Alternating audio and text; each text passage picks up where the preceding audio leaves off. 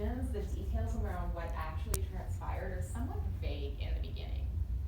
And as Preston fought to save his life, and our original Joe's family waited on the sidelines, news broke that this had in fact been a crime of hate towards Preston's sexual orientation. Now, the university did everything they could, but in the end though, Preston's life could not be saved. This was devastating. It was absolutely heartbreaking. Now, I knew we had to find a way to take care of Chris, and I had no idea how we could possibly do that. I mean, how could we change what had just so tragically changed Chris's life? But all we could do was show him that we cared.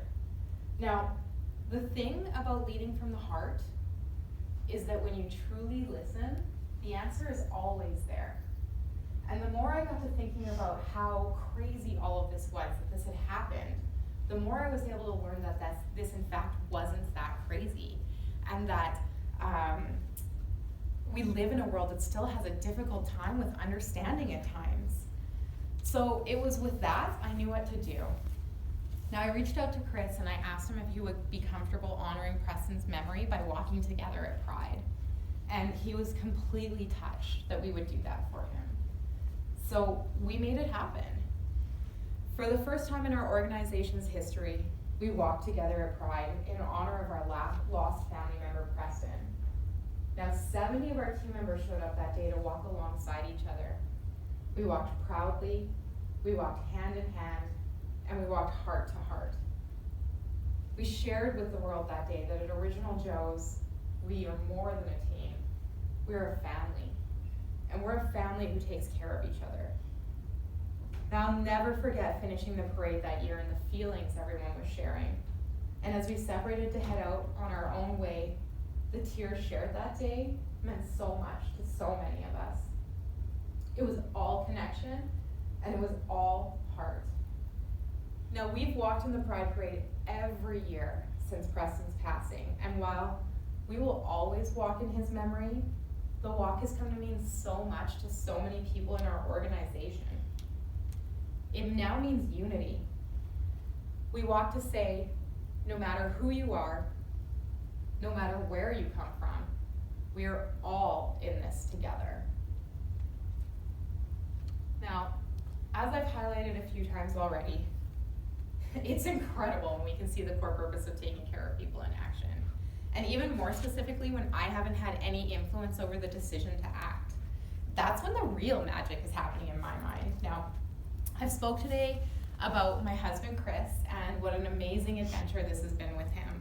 But what you all don't know is that last year, Chris suffered a major brain injury. In February of 2018, we were headed to Tokyo, Japan to run a marathon. You see, my husband, Chris, is a competitive marathon runner. This is something we do every year. We've had many amazing adventures traveling around.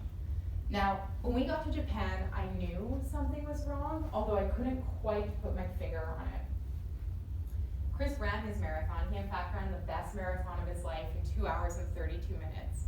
Tokyo is an amazing city. I don't know if any of you have been to Tokyo, but it was so cool. I was able to travel around the city that day. I saw Chris on the course 3 separate times. We smiled, we made eye contact, we waved at each other. It was such an incredible experience, and such an incredible experience to see somebody you love accomplish such a feat. Now, that evening, we had a post-race celebration dinner planned, and at dinner, in conversation with Chris, he mentioned to me how his only regret of the race was that he was unable to actually see me on the course that day. Now I stopped him and I said, wait a minute, Chris, like we actually did see each other. We saw each other 3 times. And at that point, we both knew something was very wrong. Now, over the next 24 hours, Chris became more and more increasingly ill. A massive fever set in, confusion took over, and he no longer knew what was going on. And I guess to bring you up to speed, the quickest is to say the resulting effect of what happened to Chris is that he lost his short-term memory. He was diagnosed with something called encephalitis and has not been able to return to work a day since then. Now, Many of us have those inspiring leaders who stand up in our organizations and passionately share a vision day in and day out. And ask anyone who knows Chris Stone, they will tell you that he is that leader. Now today I've highlighted examples of ways in which Chris spearheaded this amazing movement of taking care of people, from goofy videos to taking care of foreign workers, and that incredible, incredible heart cart. Although I think it's really important to say that this is only a small cross-section of the incredible contribution that he's had to this organization. Together, Chris and I would breathe life into taking care of people every single day. Now today, I stand here alone. I stand here aware that part of the heartbeat of this story is missing.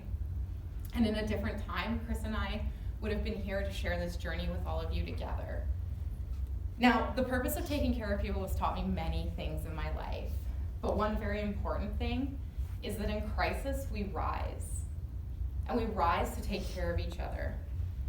Now, the power of that lesson has not only been imprinted on me, it's been imprinted on our family members and our organization in amazing ways. This year, they have come up with creative, beautiful, thoughtful, insightful ways to take care of Chris. They have been showing him all that love that he spent so many years sharing with all of them. Now, our organization has kept successfully moving forward this year without Chris. And I want to tell you that's because of the unwavering commitment of our original Joe's family to his truly, truly inspiring vision. They continue to hold space in their hearts for him, and they wait for his return. It's as if they were angels sent to carry him through this extremely challenging time in his life. And in my opinion, this is the result of an amazingly transformational culture, one that deeply touches hearts and truly changes people's lives. So, what does this all boil down to for me? Well, for me, it's a deep level of care. In today's busy world of demands coming at us from all angles, it can be so hard to stay connected at times. And honestly, I've found myself bouncing in and out of this time and time again. And what helps me bring me back here or keep me on track is my practice of the heart. And it's what truly helps me lead from my heart.